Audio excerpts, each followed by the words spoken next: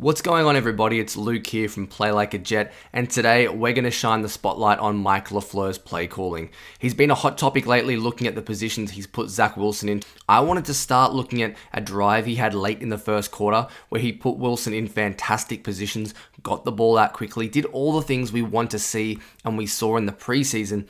And then I want to show you some examples of how he got away from that and opted for deeper concepts out of 21 personnel and how it all kind of fell apart and he continued to put pressure on his young quarterback. Let's jump into the film. Alrighty guys, let's fly through this first drive, which was a great example of the positive things that you want to see Mike LaFleur do. In 11 personnel all the time, the Jets chip the tight end, have a little sit route over the middle, or let it roll one more time. Zach Wilson, 3-step footwork, get the ball out quickly to the sit from the tight end, get 5-6 yards on first down, second and manageable. Love to see it.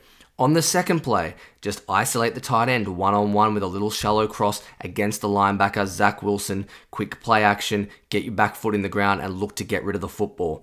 What I want you to focus on this play though is the backside where the ball doesn't go. You've got an arrow route from Braxton Berrios and then Corey Davis ends up running a dig. They're going to work off that concept on this next play.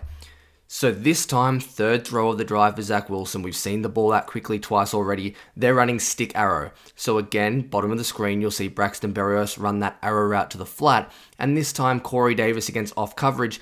He gets the cornerback to hesitate at the stem and then runs this little sit or hitch.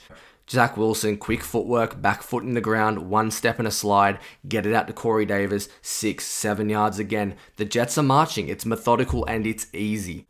I really like this play from Mike LaFleur. Simple again. He's going to send Braxton Berrios out to pick Corey Davis's corner at the top of your screen. He's going to then run up and down the field to sell that he's actually running a route. We all know he's just running the rub. Then Corey Davis, as we let it roll, a little one-step slant, gets underneath. Zach Wilson, quick bang, ball out of his hand. 11 personnel, 3 receivers, 1 tight end. Stop this heavy personnel from condensed splits. It's not working. This was fantastic. What have we complained about? Get Elijah Moore some design touches, another easy throw for Zach Wilson, a swing to the flat, gets 6 yards again. You can see where I'm going here. Michael Carter on an option route. This one ends up being tipped and just incomplete, but a really nice job from LaFleur getting him in rhythm, short passing, and we know how successful Zach has been when the ball's out of his hand in less than 2.5 seconds. When he holds it, that's when we're starting to have issues. I wanted to now look at the last play on this drive. Even here, it's 3rd and 11. The Jets had a couple of incompletions, but I like the concept from Mike LaFleur. He's running a very simple dig post. He's got Corey Davis running the deep dig. He's got the post underneath from Braxton Berrios. Nice concept. Zach Wilson doesn't have it, is flushed, and you see him just go into natural playmaker mode. He throws a great ball. Corey Davis can't bring it down, but all in all, this is a perfect drive. You'll see it from the back view, just shows some of the ad-lib that he can do, but if you keep this young man in structure, for the first 5 or 6 throws, he'll do something like this. He'll make a special play. A great first drive from Mike LaFleur. But this is where we start to run into issues. Straight afterwards, the immediate drive following what was a terrific string of quick 3-step drops, get the ball out quickly, he goes into condensed splits, 21 personnel with a fullback with Trayvon Wesco, who he then splits out to almost a H-back position, and you see this heavy play action. The Jets do a terrible job blocking it up front. It's a deep pass. Zach Wilson gets sacked. You're behind the sticks. I just don't understand the logic here.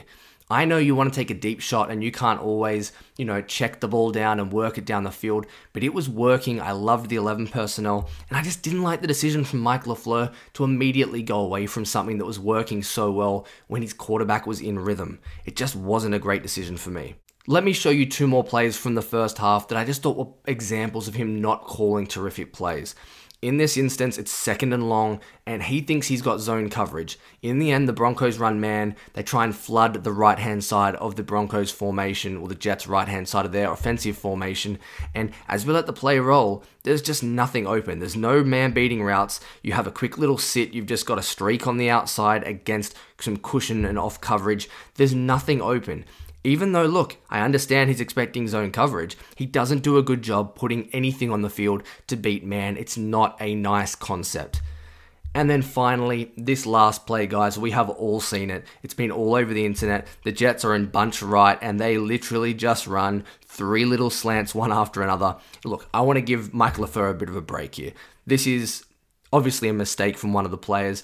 If you asked me, I'd say that the tight end is supposed to run a little arrow or flat to get out and almost pick the wide corner and allow these two guys, the wide receivers, to come underneath on slants. But even still, this is something that's been on tape time and time again for the New York Jets. These concepts on 2nd and 3rd down with poor spacing, people out of position, all while Denzel Mims can't sniff the field. It just wasn't good enough. So hopefully now you have a better understanding of why I was so critical of Mike LaFleur and his play calling again on Sunday. He showed in glimpses that he knew what to do. He put Zach Wilson in a good position for the entire drive. 11 personnel, 3 step drops, get the ball out quickly, chip your tight ends. He did a really nice job mixing it up, and it was a methodical drive, but it was the only one the Jets had of the day. He came right back, 21 personnel, play action, and he started to take deeper shots, and he started to put players in poor positions. Ty Johnson on 3rd down, not a good blocker, not a great pass catcher. We need to see improvements from Mike LaFleur. It's been a constant issue through the first month of the season, and let's hope it improves for the sake of Zach Wilson.